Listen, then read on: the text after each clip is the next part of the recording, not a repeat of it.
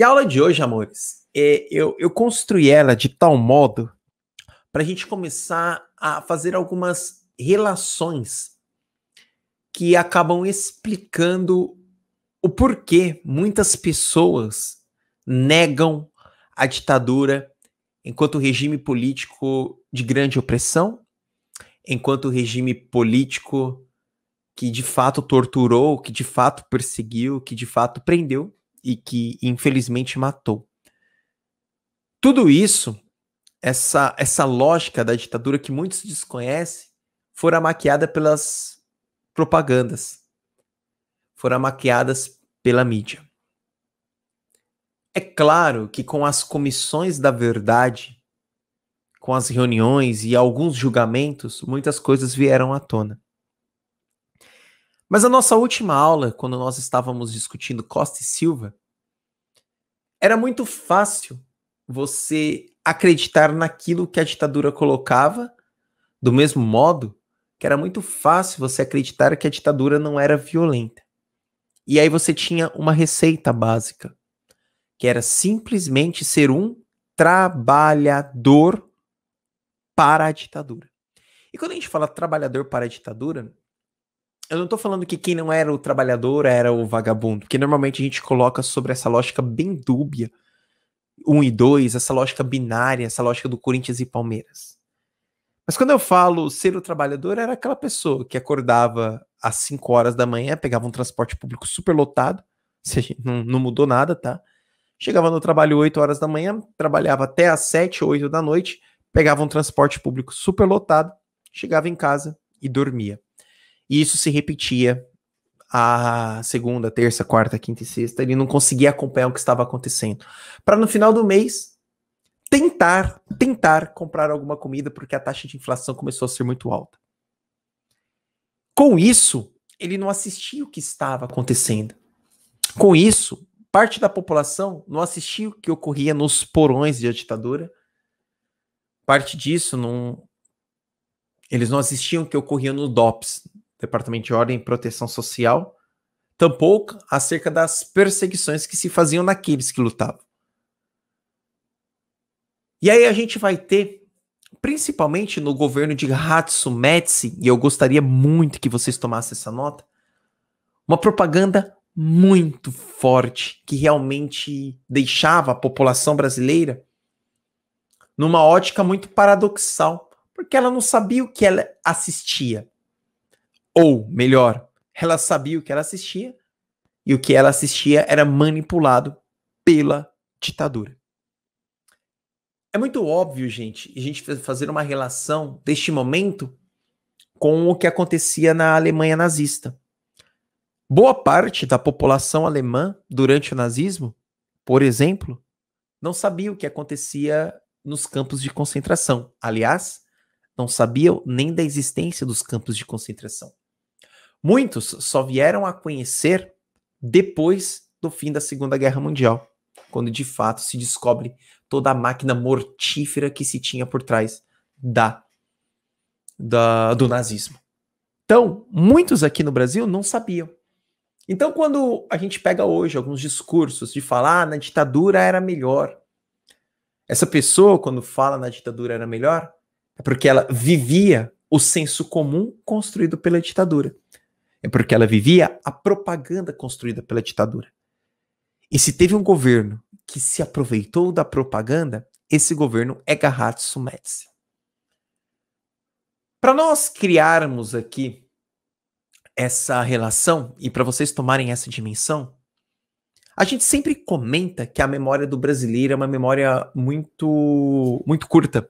A gente esquece daquilo que ocorreu há um mês atrás, a gente esquece daqueles que desviaram, enfim, nós esquecemos. E isso é muito provado em 2 governos da ditadura. O primeiro governo Castelo Branco, depois vem Costa e Silva com o ano de chumbo, mas o Médici, eu vou criar esses 2 cenários. Castelo Branco, ele não se apropriou das propagandas. Castelo Branco tinha medo que as propagandas da ditadura virassem uma espécie de departamento de imprensa e propaganda de Getúlio Vargas. Lembrando que Castelo Branco era adversário político de Getúlio Vargas. Então ele tinha esse medo. E com isso, Muitas coisas que a ditadura castelista, que a ditadura de Castelo Branco fizera, a população teve contato. Costa e Silva representam um processo de transição entre aceitar a propaganda para maquiar o que estava acontecendo e não aceitar. É claro que a gente sabe que quando o estudante secundarista, o Edson Luiz Lima Souto, morre lá no calabouço, no restaurante do calabouço, e a censura ainda não era tão forte, a população fotografa ele, os estudantes levam ele até a Assembleia, Costa e Silva percebeu que era necessário você censurar a informação para que a informação chegasse de maneira floreada ou que não chegasse à população. E aí quando a gente chega a Gahatsu Médici, que aí de fato vai utilizar a propaganda sem sombra de dúvidas. Então é isso que nós temos que aqui analisar, beleza? É isso. Então quando a gente começa a analisar esse contexto, a gente vai perceber que as pessoas que negam a ditadura, elas não são culpadas por negar a ditadura, mas elas não tiveram a informação, ou melhor, tiveram apenas um lado da informação. E é com isso que a gente começa a aula de hoje, grandes mestres. Vamos lá. Vamos pensar numa transição aqui, amores. Essa fotografia é o general Médici tomando posse, mas vamos só lembrar aqui o processo de transição do Arthur Costa e Silva para o governo de Médici. Lembrando que Castelo Branco, ele sai totalmente impopular, inclusive com regime militar. Entra Costa e Silva, que é da linha dura, e acaba morrendo um pouco antes do fim das suas eleições. Costa e Silva, o governo de Costa e Silva vai ser marcado basicamente pelo ato institucional número 5 e a chegada, de fato, da linha dura ao poder. Inclusive, é no governo do Arthur Costa e Silva que se inicia um dos períodos mais pesados da ditadura militar, que, de nome muito sugestivo, acaba explicando bastante coisa, que é os anos de chumbo. Costa e Silva, ele acaba fechando o Congresso, e nesse fechar do Congresso, ele também acaba assistindo o surgimento de muitas guerrilhas urbanas voltadas à esquerda. É importante pensar que essa chegada da linha dura ao regime militar efetiva aquele projeto inicial ainda já discutido em 1963, ainda quando João Goulart era presidente do Brasil, bastante articulado pelo general Bertoldo Klinger. Quando a linha dura chega ao poder, eles de fato mostram o que as ditaduras, não só brasileiras, mas do Cone Sul, estavam a fazer: eliminar qualquer tipo de oposição. É muito importante pensar que Costa e Silva ele vai sair porque ele acaba ficando doente, acaba tendo um derrame, enfim, ele vem a falecer. E quando ele vem a falecer, assume uma junta militar para articular qual seria o próximo governo. E essa junta militar, antes mesmo de anunciar Médici, eles constroem uma revisão na Constituição de 1967. Aliás, essa é a Constituição que vai regir o Brasil até a redemocratização, ou melhor, até a nossa Constituição de 1988. E essa junta militar, antes mesmo da chegada de Médici, vai trazer para o Brasil a prisão perpétua e a pena de morte. E aí, às vezes, a gente fica falando, o que falta no Brasil é a pena de morte. Bom, quando alguém fala isso, é só a gente virar para a pessoa e falar, olha, o Brasil já teve, na Constituição de 1967, a pena de morte. E não foi nada legal. Mesmo porque, tanto a prisão perpétua quanto a pena de morte não partia do pressuposto de uma justiça, tampouco cega, mas partia do pressuposto para criar condições jurídicas para perseguir a oposição. E quando a gente fala, por exemplo, quando comentamos da pena de morte, a gente acaba analisando que a pena de morte só acabaria se validando se a justiça realmente fosse canalizada pelas linhas que se pressupõem o direito. Mas não. A justiça, na Constituição de 67, era para atender apenas um grupo político, o grupo dos militares. Bom, discutindo isso e se apropriando, tá aqui a chegada de Médici ao poder. Quando a gente começa a discutir isso, nós vamos então analisar como se deu essa propaganda na ditadura. Vocês vão perceber, amores, que a aula de hoje ela está muito calçada em dois elementos. Ela está muito calçada na propaganda e no milagre econômico. Normalmente, quando a gente vai estudar o governo de Médici na ditadura, naqueles flashes, naqueles resumos, vai cair milagre econômico. O Brasil teve um grande crescimento. E isso é muito perigoso porque nos dá uma leve sensação, amores, de que o milagre econômico foi algo tão bom que os militares pensaram tanto no Brasil que o regime não foi tão ruim assim. E aí quando a gente começa a analisar o que foi feito, como foi feito e quais as consequências, a gente percebe que o milagre econômico ele era um dos instrumentos também utilizados pela propaganda. A gênese da propaganda na ditadura, amores, vai já começar basicamente em 1964, com a criação do Serviço Nacional de Informações, o SNI. E quem vai criar ele é o próprio governo de Castelo Branco. Entretanto, vamos lá. Aqui eu estou falando quanto gênese, não quanto elemento de propaganda. Olha só. Qual era a função do Serviço Nacional de Informações? Eu acho que o próprio nome já acaba construindo a resposta, né? Colher informações de quem pode, porventura, contrariar ao sistema que está posto. E detalhe, esse Sistema Nacional de Informações canalizaria tanto pessoas que estavam no território, bem como também pessoas que estavam fora do território. E aí você já inclui também movimentos e medo de pessoas da União Soviética, do socialismo a entrar aqui. Lembrando que o Sistema Nacional de Informações era uma resposta muito clara também ao que aconteceu em Cuba em 1959. Aliás, amores, é sempre bom levantar isso. As ditaduras militares do Cone Sul, elas estavam e foram, sim, financiadas pelos Estados Unidos, principalmente pela articulação Condor. Tudo bem? Então isso é muito legal.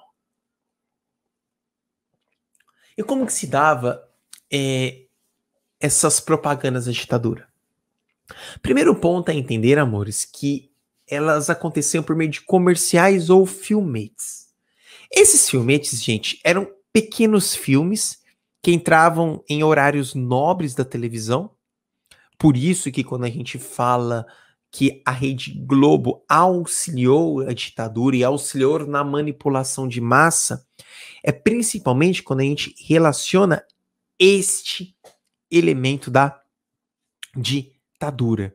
Por quê? Imagina a novela, horário nobre. Então, gente, a novela é uma construção feita pela Rede Globo que canalizou e deu conforto à população em acreditar. Não tô aqui, amores, eu não tô discutindo a arte propriamente dita, tá, galera? Eu, por exemplo, eu sou um fãzão de novela, mas eu não vou discutir. Mas a canalização da novela e a grande emergência da novela ao modelo Globo se deu por financiamento da ditadura. Então você leva a população para frente da televisão e no intervalo ou outro você joga os filmetes, principalmente com propagandas extremamente ufanistas, que mostra aquela lógica, cara, que da hora, tu é brasileiro, vamos pra cima, força, o Brasil é tudo. Por exemplo, quando a gente pega propagandas políticas que constroem assim, Brasil acima de todos, só pra gente ter uma referência, é uma propaganda ufanista. E isso é algo muito perigoso, porque quando você começa a estruturar, por exemplo, um país não sobre a perspectiva de um território e uma ideia de nação, mas um país enquanto um elemento político, você pode levar as pessoas que estão a assistir em acreditar que este país ele é muito poderoso. Gente, isso é a linha tênue, por exemplo, para o fascismo, quando canaliza a nação acima de qualquer direito individual. E aí não é a nação enquanto coletivo, é a nação enquanto uma representação política, ou enquanto uma representação de um grupo político. Então, o discurso fanista, ele é muito tênue, ele é muito perigoso, aquela coisa, eu amo minha nação. Vamos fazer uma outra relação aqui, grandes mestres, que eu acho isso extremamente importante. Pega, por exemplo, qual foi uma das causas da Primeira Guerra Mundial? Vamos fazer uma análise? Uma das causas da Primeira Guerra Mundial. Uma das causas da Primeira Guerra Mundial foi o discurso nacionalista, sabe, aquele nacionalismo exagerado, que, claro, tem relações também com os avanços imperialistas, resultados do neocolonialismo? Sim, mas um dos discursos é muito grande. Então a gente começa a analisar a história de vários momentos, começam a explicar isso. E era assim que acontecia os comerciais. Então, entre uma novela e outra, entre uma propaganda e outra, entrava esses filmetes da ditadura mostrando todo o poder e criando aquela falsa sensação de orgulho, sabe? Aí mostra uma família feliz, toda bonitinha, com a camisa do Brasil, enfim, mostrando este é o Brasil. E aí, lembra que eu falei aqui para vocês que o Serviço Nacional de Informações, ele é uma das gêneses da propaganda da ditadura, mas ele não se efetivou enquanto agência publicitária, porque começou no governo de Castelo Branco, e tal como eu mencionei a vocês, Castelo Branco não tinha essa lógica muito publicitária, tal como o Médici viria a ter. E aí, já no próprio governo Médici, a gente vai ter uma outra agência, essa sim. E eu quero muito que vocês anotem, porque isso aqui são, sabe, aquelas informações muito precisas que passam a explicar muitas coisas que acontecem hoje, que é a Assessoria Especial de Relações Públicas, a ARP. Vai surgir a Assessoria Especial de Relações Públicas, a ARP. Gente, a ARP basicamente, amores, vai ser a agência de publicidade do governo. E é muito interessante que quando a gente analisa a essência da palavra publicidade, gente, aos publicitários, me perdoem se eu falar alguma coisa errada, mas eu enquanto análise crítica, o que é uma publicidade? A publicidade tem uma única função, é vender. Seja vender um produto, seja vender uma ideia. No caso da ARP, era vender ideias e vender produtos, tal como nós vamos ver logo mais. E, inclusive, um dos produtos que a ARP muito vendeu foi a seleção de futebol de 1970. Mais uma vez, antes de me criticarem, eu, Rodrigo, sou fanzaço de futebol, sou fanzaço da seleção, sou fanzaço de Copa do Mundo. Mas também reconheço que a manipulação que a ARP fez, se aproveitando do futebol para colocar todos os problemas da ditadura que estavam acontecendo, isso é importante relatar. Beleza?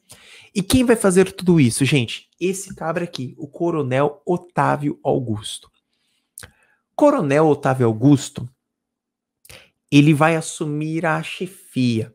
Ele que vai organizar e ele vai ser principalmente o grande articulador da ARP. E tem um ponto muito importante, que o Coronel Otávio Augusto, ele era um homem muito intelectualizado. Ele era um homem que reconhecia algumas demandas sociais, bem como ele também reconhecia como trazer o povo para si. É interessante pensar que o Coronel Otaviano Costa, se a gente fizer uma análise com a antiguidade, ele era o articulador de Otávio Augustus. Ou melhor, ele era o articulador lá no Império Romano da política do café com leite. Olha só, amores, importante, não vai colocar o Coronel Otávio Augusto articulou a política do café com... a política do pão e circo lá no Império Romano. Não, eu estou fazendo apenas uma analogia para nós entendermos. Olha só, olha como que a história, gente, ela é extremamente cíclica. O povo romano vivia às mínguas, vivia mal pra caramba. Aí o que você fazia com eles? Cara, cria uma publicidade, dá um tempo de conforto para eles, dá um tempo de lazer, porque aí você não tem risco de tensão social. A ditadura, gente, se estabeleceu por uma grande concentração de renda e um nível de pobreza muito alta. Qualquer tensão social era muito estanque. E era muito estanque exatamente porque essas tensões sociais, eram canalizadas por uma propaganda muito bem articulada, tal como as propagandas do Coronel Otávio Augusto. Antes de avançar aí, deixa eu só explicar para vocês. Porque a ERP, ela era muito, muito forte, amores. Ela abria licitação para contratar agências de publicidade profissionais. Não era qualquer coisa amador. Não era uma publicação no Paint. Não, era coisas muito boas. Então, se abria essa licitação, várias agências de publicidade, gente, é a regra do jogo, é o mercado, vão concorrer e que vençam melhor. E isso vai garantir para a ERP grandes produções. Grandes produções. Tanto, gente, que é tão colossal isso, que essas propagandas da ditadura, estruturadas pela ERP, que por sua vez eram estruturadas por agências de publicidade profissionais, empresas como Volkswagen vai utilizar essa equipe da ERP para fazer as suas propagandas.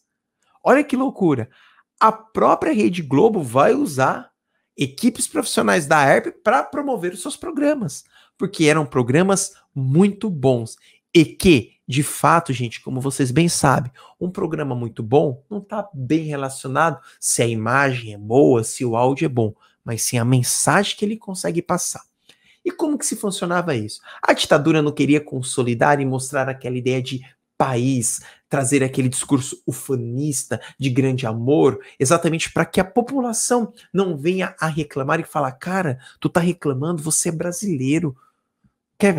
Você quer um discurso mais mequetrefe que a gente usa até hoje? Você é brasileiro, você não desiste nunca. É mais ou menos assim, isso, continua tomando couro, com uma hora dá, porque você não desiste nunca. Então é mais ou menos assim. Isso são as heranças que a gente carrega de propagandas ufanistas. E aí a imagem é tudo. Como que as propagandas? Gente, depois, dá uma olhada, cara, isso é louco, né? Você... Povo desenvolvido é povo limpo. Isso aqui é uma das propagandas, eu já vou contextualizar vocês. Olha só. Deixa eu mostrar aqui para vocês como é que funcionava, amores. Da seguinte maneira. Primeiro ponto, você tem que mostrar famílias felizes na propaganda. Famílias felizes. É a primeira coisa. Gente, isso todo líder, ditador faz. Aí vamos lá, gente. GV fez isso nas suas propagandas. Hitler fez isso, Mussolini fez isso, Mao Tse Tung fez isso, Stalin fez isso, as ditaduras latino-americanas fizeram isso. Não vou passar o pano. Você mostra a família feliz e mostra. E lembrando, gente, que essas famílias felizes da ditadura não eram famílias que representavam toda a miscigenação que nós temos no país. Não. Era a mulher branca com um homem branco, com um filho branco, bonitinho. E era muito louco que era aquele padrãozinho, sabe? A mulher sobre uma perspectiva de obediência ao homem, o homem sobre a perspectiva de o cara que trabalha, o chefe de família, e a criança com aquela cara de boba mesmo, sabe? Só faltava um cachorrinho. Era essa colocação que nós temos que analisar as famílias felizes, sorridentes. Só para vocês a gente ter essa relação e a gente começa a analisar, vamos fazer um ensaio, uma reflexão. Vamos pegar as novelas. Como que as novelas, agora não, que elas estão sobre uma outra ótica, eu acho até que as narrativas de novelas da atualidade são mais interessantes. Não quero ser aqui saudosista. Não, acho que algumas narrativas, as novelas vêm trazendo discussões interessantes. Mas o modelo clássico da novela era sempre acontecendo ou em São Paulo ou no Rio de Janeiro, muito mais no Rio de Janeiro, onde todas as famílias da novela, não importando a classe social, eram felizes. Vocês sabem disso. Todas. Então a família rica da novela era muito feliz e a família pobre da novela também era muito feliz. Se a gente começar a analisar, eu vou trazer aqui alguns elementos que as coisas vão começar a fazer sentido. Então você vai entrando na cabeça do brasileiro que não importa a classe social que você esteja. Você é brasileiro, você é feliz. Então, se você é rico, você é feliz. Mas se você é pobre, você é brasileiro, você também é feliz. Você pega as novelas das famílias mais pobres, que tentavam representar as famílias mais pobres, vocês já repararam no café da manhã? Era sempre um cafezão, cara. Café top, cara, que não representava a realidade do Brasil. Cara, café da manhã não representava. Ah, mas ali é novela, professor, ali é uma fantasia. Sim, é uma fantasia de cunho político para levar a acreditar que a ditadura era aquilo. Aí você imagina uma pessoa totalmente no interior do Brasil, totalmente no interior, longe das grandes capitais. Vamos lá. Sofrendo todas as consequências sociais, mas não é perseguida. Aí ela vai, liga na TV, vai ver a novela. Aí ela olha uma família do Rio de Janeiro pobre sobre a perspectiva da novela. Aí ele olha, cara, o café da manhã é muito top. Aí esse cara vai virar e vai falar: quer saber? Eu vou praticar a migração pro Rio de Janeiro. Porque se tudo der errado, eu vou ser pobre. E, mano, ser pobre no Rio de Janeiro, olha que top, velho.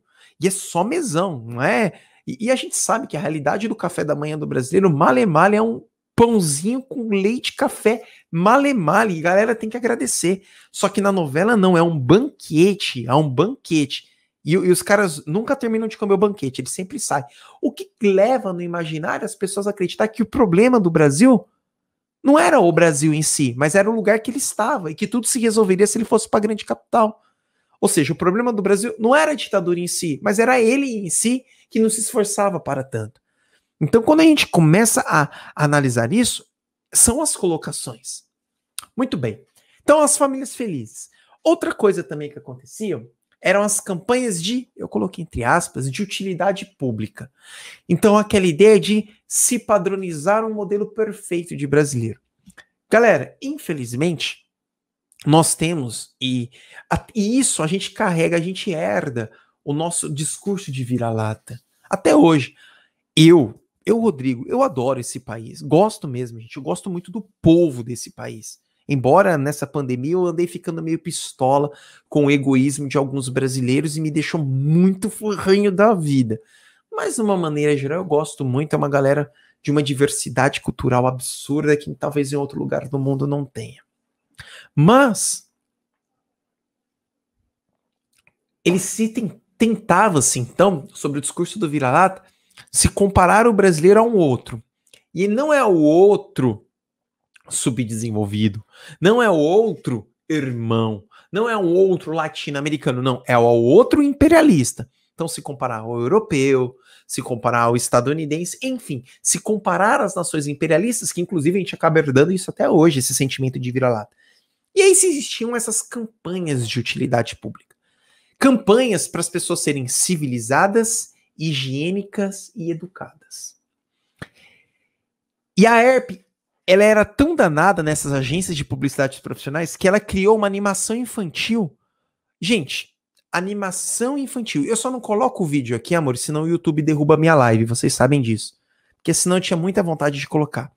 Mas eram animações infantis de nome Sugismundo. Olha o nome, Sugismundo. E a propaganda era: povo desenvolvido é povo limpo. Vocês têm noção que isso é uma propaganda do governo? Isso é uma propaganda regulada pelo Estado. Isso é uma propaganda para educar as crianças. Quantas interpretações de preconceito, de desigualdade você encontra nesta imagem? Isso é uma propaganda da ditadura, organizada pela ARP. Aí você imagina uma pessoa que não é assistida pelo saneamento básico, que deveria ser uma promoção do Estado. Percebam, que deveria ser uma promoção do Estado. Olhar isso e falar: cara, eu tô no meio do esgoto, então eu não sou desenvolvido porque eu não sou limpo. E aí você tem um personagem que chama Sugismundo, que na cabeça dele tem mosquito. Então é isso que a gente começa a analisar. A imagem é tudo.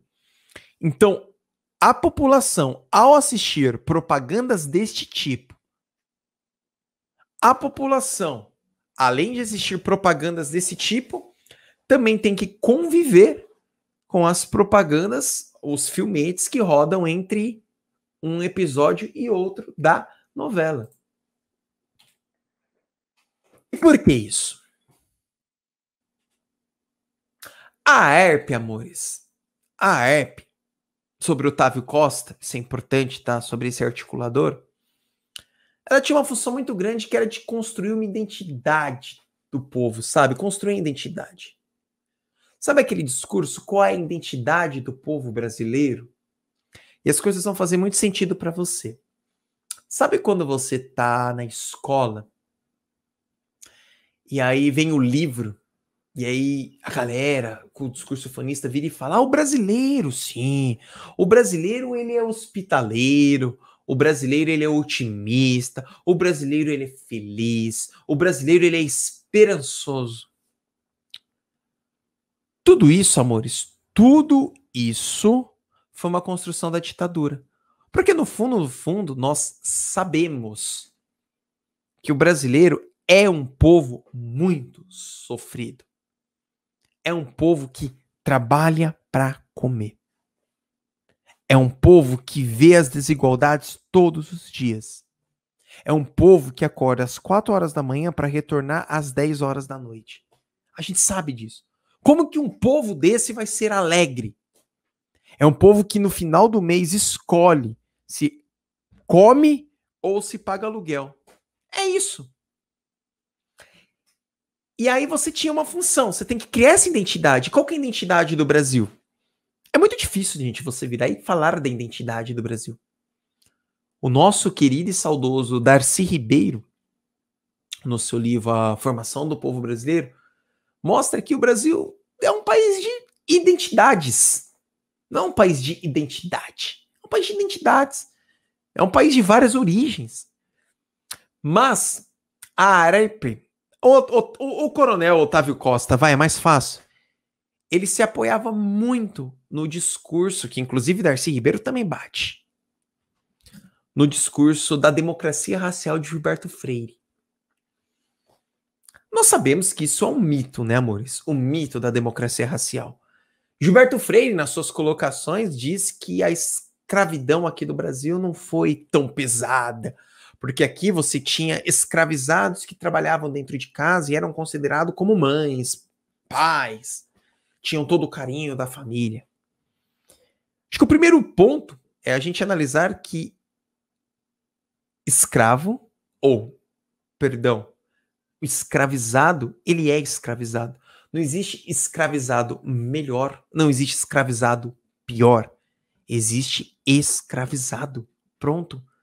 Você está impedido da sua liberdade. Você está preso sobre a tutela de alguém que lhe comprou, de alguém que lhe olhou como produto. Então não existe a democracia racial. Gente, tanto é um mito da democracia racial, tanto é um mito da democracia racial, que é só você analisar até hoje quem está excluído. Quem são as minorias no Brasil? Quem não tem representação? Negros, indígenas, mulheres, ribeirinhos. São os povos que não entram no padrão. Só que você precisava de criar esta identidade. Você precisava de criar esta identidade. E como você faz isso? Você traz via propaganda. Então você, no meio das propagandas, você criava essa perspectiva otimista sobre o futuro do Brasil. Imagina só, galera. O cara ele acorda 4 horas da manhã e ele chega às 10 horas. Isso é uma realidade que acontece hoje, acontecia na ditadura também. E aí ele olha, esse cara ele não tá vendo os couros, ele não tá apanhando porque é aquilo que eu falei no começo. Ele tá sendo bonitinho. A guerrilha tá apanhando, a esquerda tá apanhando, a galera tá sendo presa. Mas esse cara, ele liga a TV e fala: "Nossa, eu tô super cansado". Aí aparece um bonito lá, propaganda. Você tem que ter esperança, cara. Calma. Você é brasileiro. O nosso futuro vai ser melhor. E isso, gente, veio no momento onde a televisão fica em cores. Faz todo sentido, porque as cores vendem, as cores levam. E aí você chega com a Copa do Mundo de 1970. Puta, mano. Não tinha melhor momento para a Copa do Mundo ser agora. Copa do Mundo de 1970. Aí eu quero essa... Vamos olhar esse jornal. Jornal da Tarde. Lembra? Por isso que eu falei que a nossa aula de hoje se pautaria pelas propagandas. Toda a nossa emoção até o grande gol da vitória. toda a nossa emoção até o grande gol da vitória. Aí você tem 6 frames aí de um trabalhador, de um brasileiro, olhando um futebol. E o futebol, ele serviu à ditadura nesse momento muito importante, que eu vou até ampliar aqui para vocês. Por quê? A Copa do Mundo de 1970 ela foi muito importante para a manutenção do poder militar, logo, do poder político no Brasil. Sim, muito importante. Galera, é só analisar esta matéria.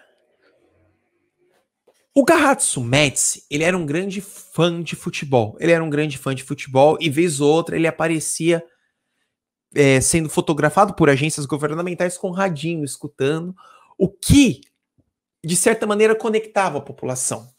Quando você quer se conectar à população, o que você faz? Você pega algo e aparece. Então, vou aparecer com uma roupa toda desbotada. Olha, ele é dos nossos. Ah, sei lá, vou comprar leite condensado igual eu tomo. Ah, ele é dos nossos. Ah, sei lá, vou ouvir um radinho. Ah, ele é dos nossos. Então, percebam que Garratso Médici se utilizou da ditadura e durante a Copa, antes, durante e após a Copa do Mundo, ele, olha que interessante, antes, durante e após, a própria ditadura construiu estádios de futebol em todo o Brasil. Porque, gente, e aí é muito legal que é muito difícil não conectar isso aos coliseus romanos. Então joga todo mundo lá, cara, põe os gladiadores literalmente para se matar no campo e a galera vai esquecer dos problemas. E aí a gente tem essa reportagem. Galera, aqui nós temos o Tostão, o Rivelino e... deixa eu ver aqui a reportagem, gente. Tostão, ó, Rivelino, Tostão e Gerson, ó. Gerson. Então nós temos. E aí eu acho muito legal o título da reportagem. Nestas esquerdas, o Brasil confia. Para muitos da população brasileira, eles não tinham a noção de qual era a indireta do título. Simplesmente para a galera... Gente, para começar, que o acesso à escola ainda era muito reduzido, nós tínhamos muitos analfabetos no Brasil. Então ele, quando toma essa informação, ele vai lá nessas esquerdas, eles vão... nessas esquerdas, jogador de futebol. Mas é muito claro, gente, a AERP tinha quase que uma neurose, era quase que uma paixão e um medo da esquerda tomar o Brasil.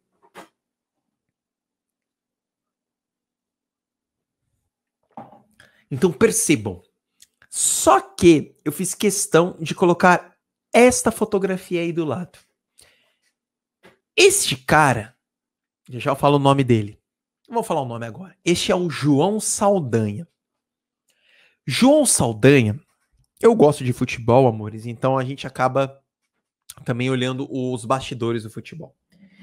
João Saldanha foi o treinador que classificou o Brasil para a década de 70, para a Copa do Mundo da década de 1970. E vocês sabem, gente, que Brasil em eliminatória para a Copa do Mundo é sempre uma desgraça. Meu Deus do céu, a gente sabe disso, é uma desgraça. E aqui não foi diferente.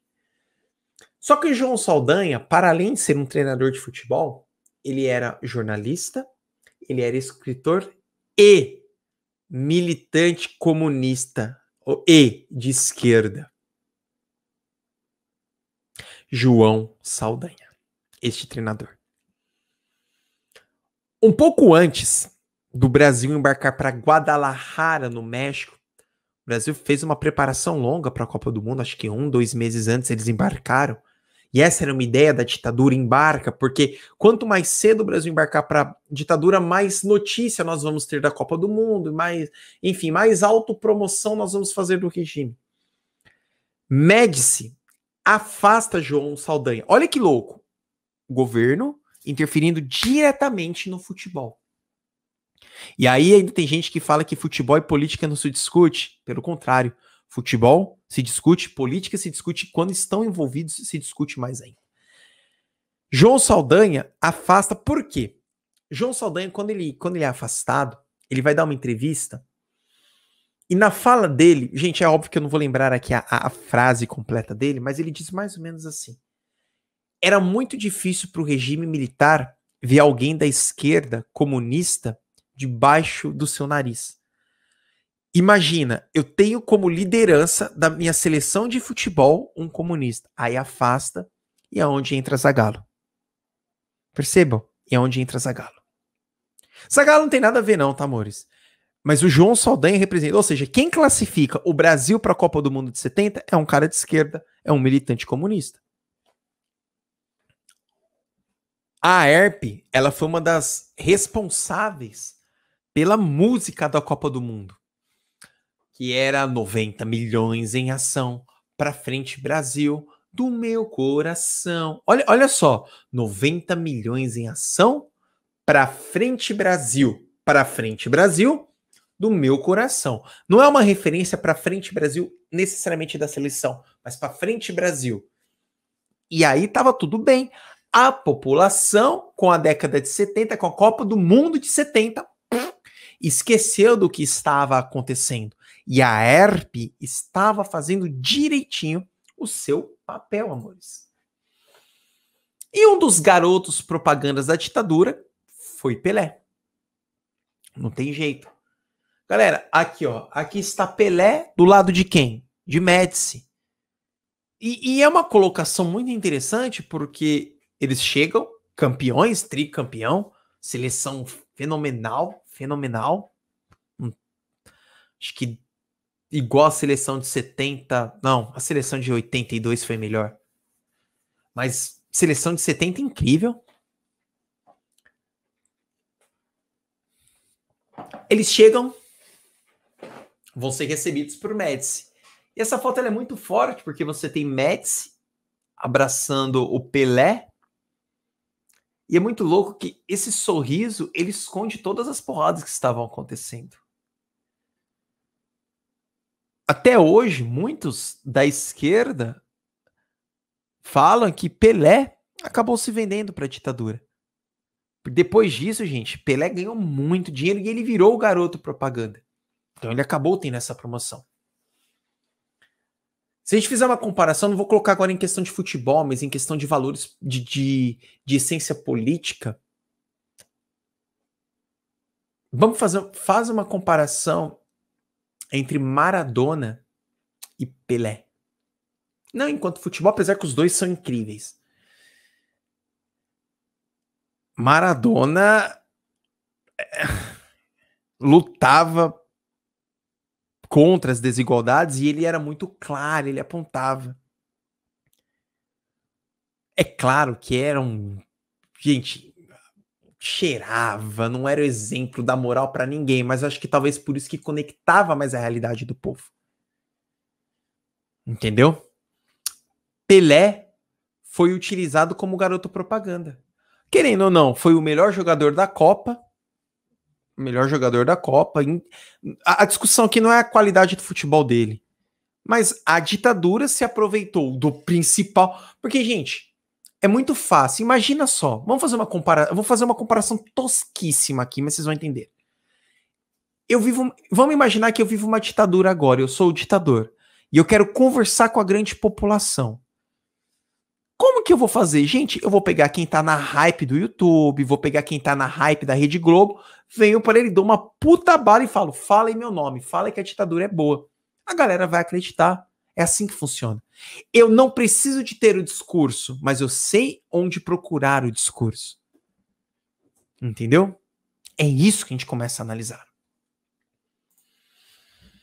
Mas a gente tem essas propagandas. E aí que tá, galera. Garratsu Médici, a linha dura, Garratsu Médici pertencia ao quadro da linha dura, isso é muito importante, a gente tem que ter essa observação. Só que a linha dura não gostava muito da Aerp, não gostava. Aliás, do que a linha dura gostava? Deles, só deles, né? Essa é a real, só deles. A linha dura dizia que a ERP fazia uma espécie de perfumaria nas propagandas. E quando a gente fala em perfumaria, isso eram palavras dele. Então, não, cara. A ERP tá fazendo perfumaria, não tá mostrando medo. A linha dura queria que as propagandas do Brasil fossem uma espécie de guerra psicológica mesmo. Sabe aquele papo? Ou você faz, ou você vai preso. A linha dura queria que a ERP mostrava mesmo, porque isso intimidaria a galera da esquerda. Só que se a gente analisar, a ERP, ela estava indo no caminho certinho. Porque a linha dura tinha esse medo da esquerda, meu Deus, esse medo da esquerda, só que ela esquecia que a maior parte da população não era esquerda, não era direita, não era centro, não era alto, não era baixo. Queria só viver a vida. E se você faz uma propaganda de pressão psicológica, você julgaria toda a população, que estava toda feliz com a Copa do Mundo, contrário a você. Só que a linha dura, gente, era o núcleo duro do governo. Então eles decidiam. E aí, contrário à ERP, contrário não, se utiliza da ERP, mas contrário ao Coronel Otávio Costa, eles começam a lançar esse tipo de propaganda. E uma das propagandas mais famosas da linha dura, quando se apropriou da ERP, que tinha essa ideia de projeto saneador. A historiografia normalmente divide, isso é importante, a propaganda na ditadura em dois elementos. A ERP enquanto projeto pedagógico, e aí eu quero que você enxergue o projeto pedagógico enquanto projeto de vamos ensinar a população a amar o Brasil. Beleza? Igual a gente veio até agora. Vamos criar a identidade para o povo brasileiro. E na propaganda da ditadura, você tinha a galera da linha dura, que era um projeto de saneador.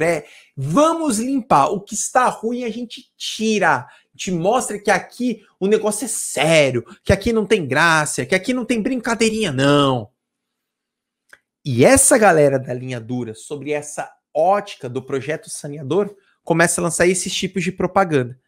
E, velho, essa é a propaganda mais famosa, que assim, o recado era muito claro, principalmente para a esquerda. Olha só, Brasil, ame-o ou deixe-o. Brasil, ame, você gosta do Brasil, ame ele, ou deixe. Eu acho muito legal que onde está o coração dessa bandeira? Ali na região sudeste. Ame ou deixe. Só que isso não ficava só em posts, em filmetes. Chegava às crianças por meio de álbum de figurinha. Olha que álbum lindo. Você é uma criança. Olha a família brasileira no álbum. Olha que perfeição, gente. A gente tem várias interpretações desse álbum, né? É muito legal. Então, nós temos uma família branca, que representa super o Brasil. Com certeza, o Brasil é dessa característica. É aquela ideia mesmo de enriquecer, aquela ideia de trazer a Europa para o Brasil. Aí você tem uma criança lendo, e a gente já sabe o que ela está lendo, ó, tá lá embaixo. Então ela está lendo Atos Institucionais. Então ela está lendo o AI-5. É mais ou menos assim, olha, criança que tem o AI-5, vai bagunçar? Não é? Eu brinco aqui com a minha companheira e com o meu moleque, às vezes ele apronta em casa, eu viro para ele. Ele tem 5 anos, ele não entende. Quando ele for mais velho, ele vai entender. Eu falo para ele, quando ele tá bagunçando em 5 anos, mano, pra quem tem filho sabe, 5 anos é punk. Eu viro para ele e falo assim, Matheus, ou você faz o que o papai tá pedindo, ou eu vou descer o AI-5. É louco, gente, que eu falo AI-5, ele já tem medo. Ele não sabe o que é, mas no futuro eu vou explicar para ele, mas é legal que ele já vem com essas coisas. Aí você tem um álbum que põe a criança lendo os atos institucionais, leis, reformas, e aí uma luz, Brasil, ame ou deixe. Essas propagandas, amorecos, já eram propagandas da linha dura. Lembrando que as propagandas da ditadura tinham duas lógicas. Um era o projeto pedagógico, o projeto de educar, e outro era o projeto de sanear, de limpar. É isso que eu quero mostrar para vocês. Então, basicamente, a nossa aula de hoje do Garratsu Médici, ela se divide em 2 blocos. Que é o bloco da propaganda, e vocês perceberam que a propaganda era muito forte, o que fez, e continua fazendo, muitas pessoas acreditar que a ditadura não foi tão violenta assim. E agora do milagre econômico. E aí é onde a gente vai entrar num paradoxo. Porque ao mesmo tempo que estava acontecendo os anos de chumbo, preste atenção, ao mesmo tempo que estava acontecendo os anos de chumbo, você tinha um milagre econômico. O milagre econômico foi algo nunca antes visto no Brasil até então. O milagre econômico foi um período em que o Brasil, gente, se tornou a 10ª economia do mundo.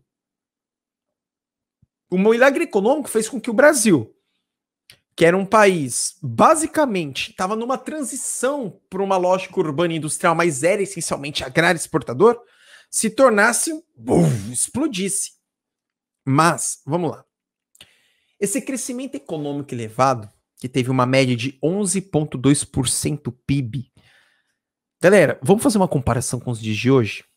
Qualquer país hoje que tem um crescimento de 2, 3% de PIB, já agradece, porque é um crescimento altíssimo. Ter um crescimento de 2, 3% é altíssimo. Tudo bem que nós estamos num crescimento negativo nos últimos anos. Mas o crescimento de 11,2 é o mesmo crescimento que a China teve nos últimos anos, antes de todo esse colapso que nós estamos tendo a nível mundial. E aí você sabe onde a China chegou. Mas esse crescimento, gente, está muito relacionado à renegociação de dívida do final do governo de Castelo Branco. Vamos lá.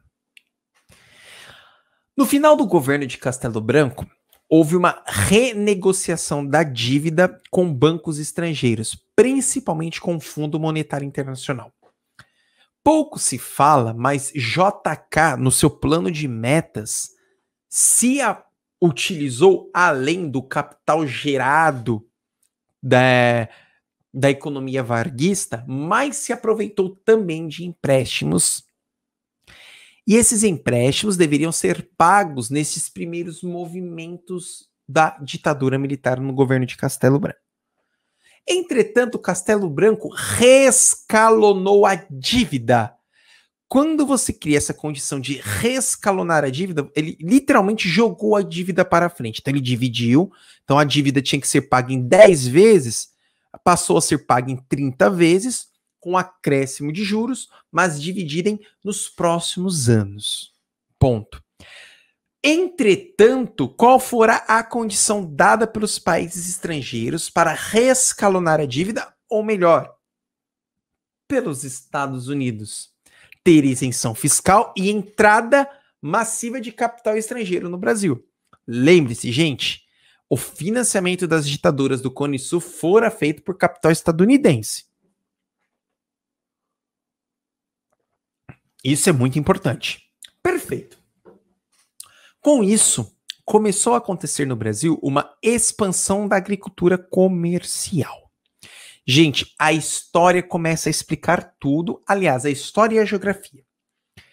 Tem um motivo muito claro aí, lindos. Como vocês bem sabem, a década de 60 ela é marcada por um processo dentro das discussões de desenvolvimento da agricultura mundial como um período que é conhecido como Revolução Verde, onde de fato começa-se a utilizar muitas máquinas no sistema produtivo agrícola, onde de fato começa-se a pensar nas análises do transgênico para aumentar a produção, onde de fato se vê alguns discursos que é necessário aumentar a produção para acabar com a fome no mundo, e nós sabemos que a fome no mundo não está relacionada à produção de comida, e sim à sua distribuição.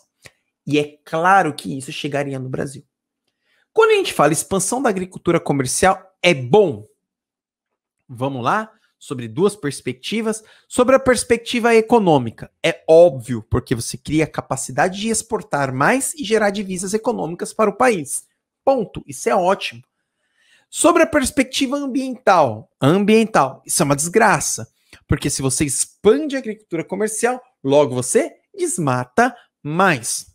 Sobre a perspectiva social, outra desgraça, porque conforme você aumenta a agricultura comercial, muitos pequenos camponeses, pequenos produtores são obrigados, porque perdem as suas terras para os grandes barões agrícolas, estes pequenos agricultores são obrigados a praticar o êxodo rural e, com isso, inflar as grandes cidades.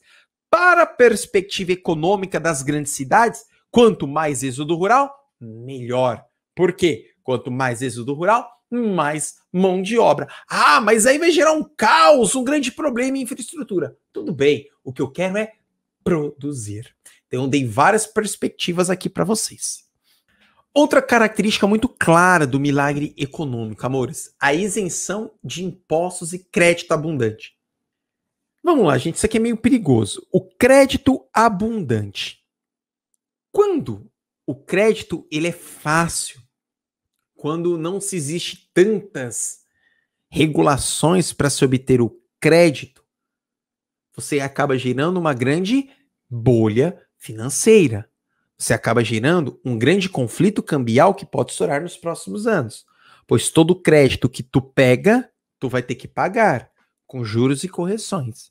Se você pega o crédito e consegue produzir em cima daquele crédito a tempo de gerar o lucro e a tempo de gerar a sua produção ou o seu pagamento, tá tudo bem.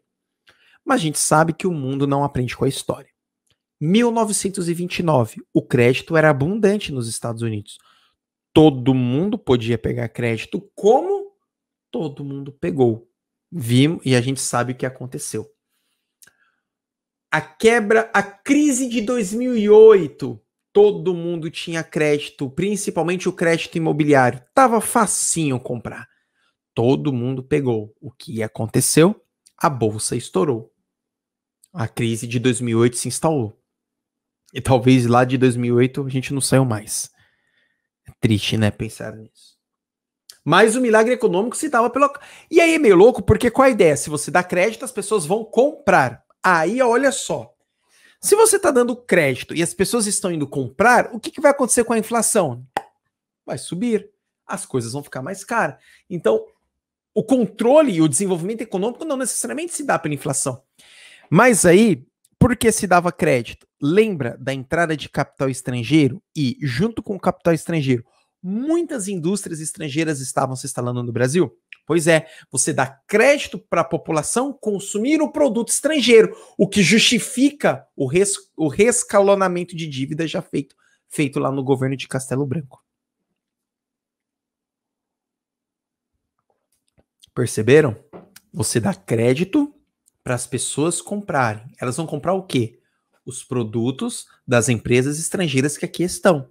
Logo, essas empresas vão ter mais o lucro e, é óbvio, a isenção de impostos. Aliás, a isenção de impostos é o padrão e o chamariz que acontece até hoje via guerras fiscais para você trazer pessoas para si. Benefícios para a indústria automobilística, aí uma linha de produção durante o milagre econômico do Fusca. E crédito ao consumidor, igual eu mencionei a vocês. Vamos lá. É óbvio, gente, que o Brasil ele vai crescer muito. Só que vai crescer também em desigualdade social. É onde eu quero mostrar isso aqui para vocês. Grande potência. Olha como as coisas vão começar a fazer sentido para vocês, lindos. Eu vou trazer o contexto da atualidade para a gente entrar aqui nessa discussão. Um prefeito tem 4 anos, correto? Ele não faz nada no primeiro, ele não faz nada no segundo, ele não faz nada no terceiro. Mas ele faz muito no quarto. E normalmente o que ele vai fazer no quarto? Ele não vai tentar acertar a dívida do município, colocar as contas em ordem do município. Ele não vai tentar aumentar o salário dos professores. Ele não vai tentar melhorar uma escola. Ele não vai tentar levar insumos hospitalares para que a saúde seja de qualidade. Porque essas coisas ninguém vê mesmo. Mas ele vai construir viadutos, ele vai quebrar todas as ruas, até as ruas que não precisam ser quebradas, mas ele vai quebrar todas para asfaltar de novo. Ele vai colocar jardim, ele vai colocar uma ponte, ele vai colocar luz. Coisas que a população vê. Porque aí dá uma leve impressão que, de fato, aquela administração foi muito boa, porque, olha, eu estou vendo o que ele fez. A política é assim, gente. A política você tem que garantir o seu poder. Você tem que tentar mostrar para a população que você faz algo. Você acha que, em sã consciência, um político que pensa como político vai tentar colocar as contas do município em dia? Claro que não. Ninguém vai ver como ele vai ser reeleito. Isso é importante a gente pensar. E o regime militar precisava de mostrar isso. Precisava. Porque estava muito relacionado àquela discussão do progresso. E a discussão do progresso sob a perspectiva da grande construção. E, claro, lembra da liberação de crédito? Uma das coisas que vai dar um grande boom, isso é quase que certo, amores, uma das coisas que vai dar um grande boom mesmo, é a liberação de crédito para as grandes construtoras. Construtoras, amores, construtoras. É onde vai começar a mostrar para o povo brasileiro que a ditadura está dando certo. Só que vai mostrar para o povo brasileiro que a ditadura está dando certo sobre a perspectiva da sua obra. É onde começa a ser construída a Transamazônica, a Ponte Rio-Niterói, a Zona Franca de Manaus, a usina de Itaipu. Olha só essas duas fotografias. A primeira fotografia é a construção da usina de Itaipu e a segunda fotografia, a construção da Transamazônica, que inclusive não terminou até hoje. A gente começa a fazer uma análise e você faz aquela pergunta. Por que obras tão faraônicas? Por que obras tão colossais? Primeiro, que quanto maior for a obra, maior a capacidade de você desviar dinheiro. Óbvio. Óbvio. Segundo, quanto maior for a obra, maior a ideia de ufanismo, de Brasil gigante, de Brasil grande. O Brasil estava num processo de industrialização. O Paraguai, até hoje, não tem muitas indústrias. Na década de 70, então, quase nada. Havia necessidade de construir uma usina binacional, que até pouco tempo atrás era a maior do mundo na década de 70, tal como a Itaipu. Percebam? E muitos brasileiros começaram a ter crédito para comprar as suas casas pelo sistema financeiro de habitação. Esse sistema financeiro de habitação, inclusive, tem até hoje, foi criado também no governo de Castelo Branco. Aliás, as crias do início do governo militar. Só que isso era para gerar crédito, que por sua vez eles iriam comprar tijolo, cimento de empresas cunhadas com o governo. E assim se deu. Lembrando que depois seria necessário pagar os empréstimos. Então a gente tem que levantar essa pergunta. Grande potência, amores? Que potência é essa? A potência enquanto construções gigantescas ou a potência enquanto estrutura? Era isso. Então, olha que paradoxo. Ao mesmo tempo que estava a acontecer os anos de chumbo, a porrada descendo solta, você tem um milagre econômico carregando consigo essa ideia de potência. Sabe, Brasil grande, gigantesco. E se você não estiver satisfeito com ele, deixo o recado da ARP via linha dura, já era claro. Brasil, ame-o ou deixo. A gente vai chegar em 1973, que é basicamente o fim o fim do milagre econômico. Esse ano ele é muito importante. Gente, eu quero que vocês façam uma comparação desses dois valores em pouco tempo. A dívida externa do Brasil, quando o Castelo Branco rescalonou a dívida, era de 4,5 bilhões de dólares em 1966.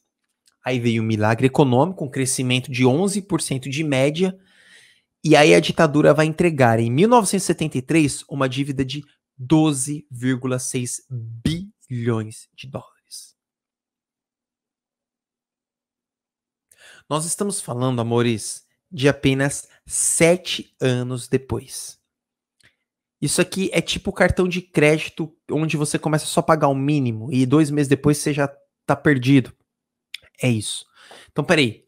Sobre qual ótica que esse milagre econômico se foi. Milagre econômico por colocar o Brasil como potência, mas milagre econômico por colocar o Brasil como potência sobre a perspectiva de contração de empréstimos. Porque aí agora a gente tem um caos seríssimo aí, amores. Um caos seríssimo. E percebam onde está o grande problema. Porque agora você tem dívida acumulada de 66, de 73, que inclusive essas dívidas vão levar à falência da década de 80. A década de 80 é conhecida como década perdida. E há ainda gente que fala que a ditadura foi uma perfeição na economia. Bom, gente,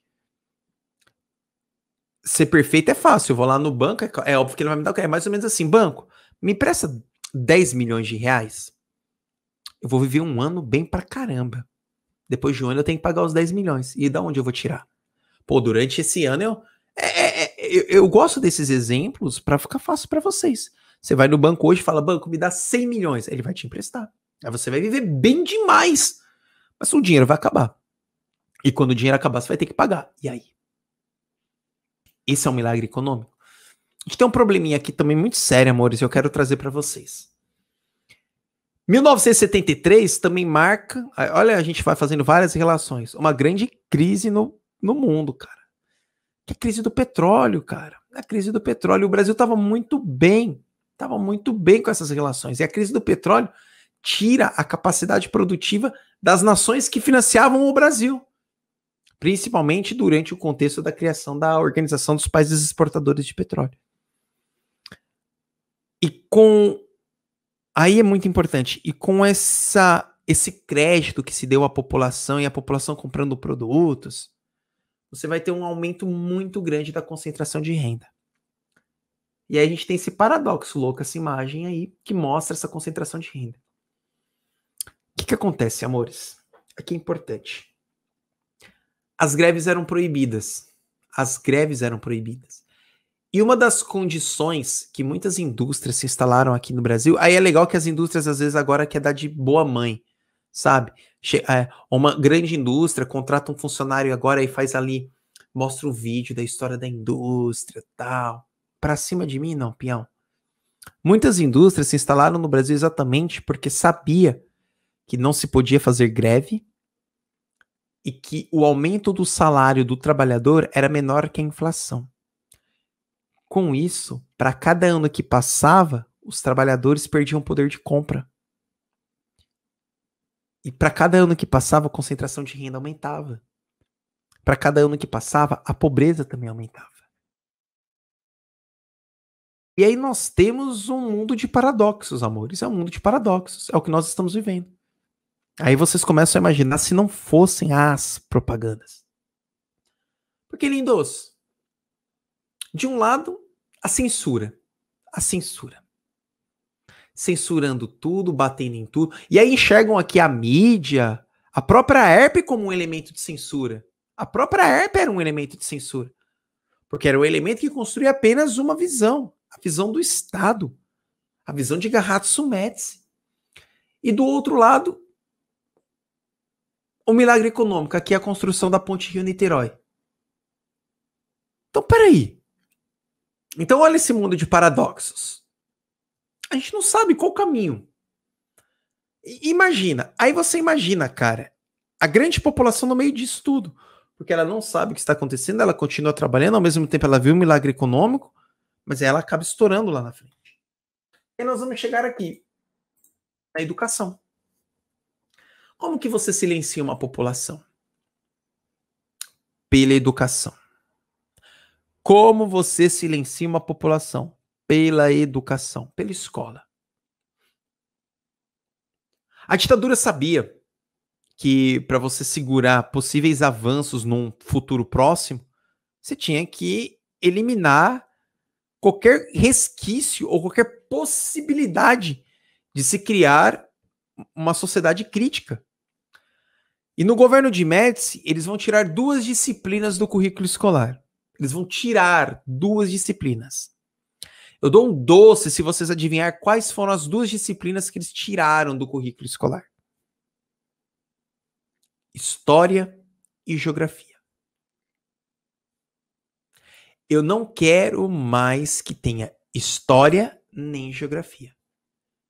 E no lugar dessas duas disciplinas se colocou a educação moral e cívica e a organização social e política do Brasil.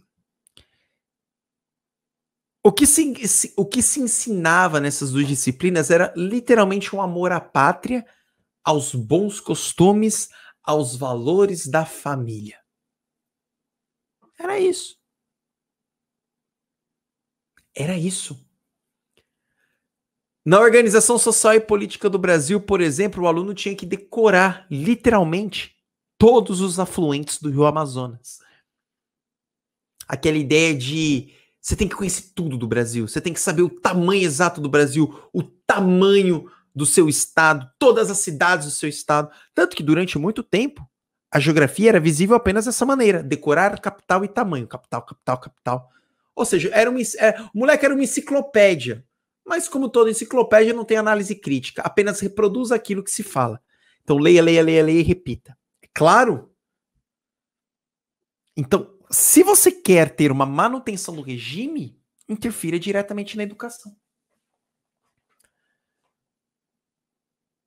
Um dos grandes professores que o Brasil já teve, ele é estudado em tudo que é universidade no mundo e um dos teóricos mais lidos do mundo foi o professor Paulo Freire. É um dos grandes professores, é um dos grandes pedagogos.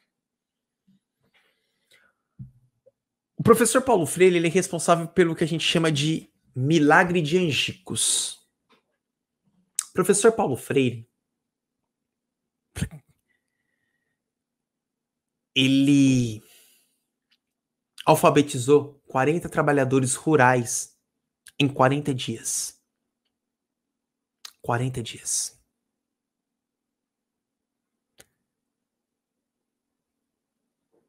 E durante essa alfabetização, ele começou a escrever um projeto que seria um projeto de educação crítica e cidadã para todos. Mas isso incomodava muito a linha dura. Tanto Costa e Silva, quanto depois Garratzo Médici. Ele foi chamado então para o interrogatório, porque ele era acusado de subversão, ele era acusado de ensinar o comunismo para os estudantes. E ele não fazia isso. Ele foi exilado para o Chile, do governo de Pinochet. E no lugar do projeto de alfabetização de Paulo Freire, a ditadura de Garratzo Médici coloca o Movimento Brasileiro de Alfabetização, o Mobral, que basicamente educava para o cara servir como mão de obra. É mais ou menos assim, eu vou educar o que você precisa, assina o seu nome e quanto você tem na conta. É isso. Não era uma educação libertadora, não era uma educação crítica. Era um Mobral. Lembrando que Paulo Freire estava como articulando. Mas é que ele era um professor que fazia as pessoas pensarem, que conseguiu, num prazo de 40 dias, alfabetizar trabalhadores rurais. E era legal que Paulo Freire, ele alfabetizou os trabalhadores não trazendo conteúdos prontos. Era em cima do que ele sabia. Então ele usava a enxada como exemplo, a pá como exemplo. Porque como ele sempre diz, gente, todo mundo não é uma tábula rasa. Todo mundo tem conhecimento prévio. E quando a gente fala de adulto, quando a gente vai alfabetizar um adulto na educação de jovens e adultos, são pessoas que têm 40 anos de faculdade, 50 anos de faculdade. E a melhor faculdade, né? Que é a faculdade da vida. Não trate-a como uma pessoa que não sabe nada. Alguns livros foram censurados durante a ditadura. E aí eu trouxe alguns, como O Circuito Fechado, de Florestan Fernandes, Milagres do Brasil, de Augusto Boal, A Mulher na Construção do Mundo Futuro, da Rose Marie Muraro, uma grande ativista feminista. Esses livros, eles eram apontados na escola e eles foram